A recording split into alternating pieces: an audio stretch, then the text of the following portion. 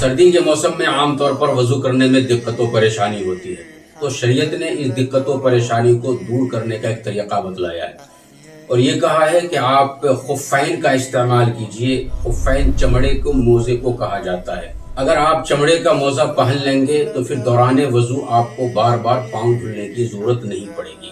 اس کا طریقہ کیا ہوگا؟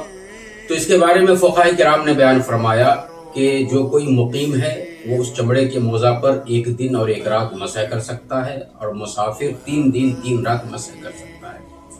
طریقہ یہ ہوگا کہ مثال کے طور پر آپ نے ظہر کے اندر ظہر کی نماز کے لیے وضو کی، وضو مکمل طور پہ آپ کو کرنا ہے، پاؤں بھی دھلنا ہے، پھر اس کے بعد چمڑے کا جو موزہ ہے وہ آپ نے پہن لیا۔ اب پہن لینے کے بعد اس کا وقت جو شروع ہوگا، موزہ پہننے کے بعد جب آپ کا وضو ٹوٹے گا، مثال کے طور پر عصر کی نماز سے پہلے آپ کا وضو ٹوٹ گیا، تو اب ایسی صورت میں یہاں سے وہ وقت مسح کرنے کا شروع ہوگا۔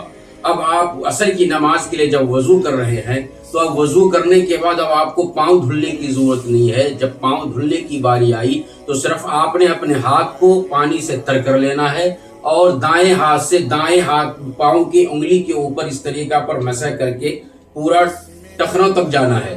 پھر اس کے بعد بائیں ہاتھ کو کچا کرنا ہے اور بائیں ہاتھ کے بائیں پاؤں کی انگلی کے اوپر ایسا ہاتھ کو رکھ کر کے اوپر تک اس طریقہ پر کھینچنا ہے۔ اس طریقہ پر آپ مسح کریں گے تو آپ کا وضو مکمل ہو جائے گا۔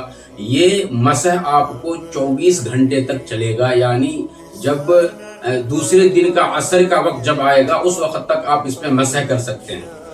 البتہ اس درمیان میں اگر کسی بھی وجہ سے آپ نے موزے کو نکال دیا ہے تو فوراً آپ کا وضو ٹوٹ جائے گا، پھر سے آپ کو وضو میں پاؤں کا دھلنا ضروری ہو جائے گا۔ اور اسی کے ساتھ ساتھ اس مسئلے کو بھی سمجھیے کہ آپ نے وضو کیا، وضو کرنے کے بعد جو کپڑے کا موزہ ہوتا ہے وہ آپ نے پہن لیا، پھر وضو پہننے کے بعد پھر آپ چمڑے کا موزہ پہنتے ہیں تو یہ بھی جائز ہے، اور اس طریقہ پہ بھی چمڑے کے موزے پہ مسح کرنا جائز اور درست ہوگا۔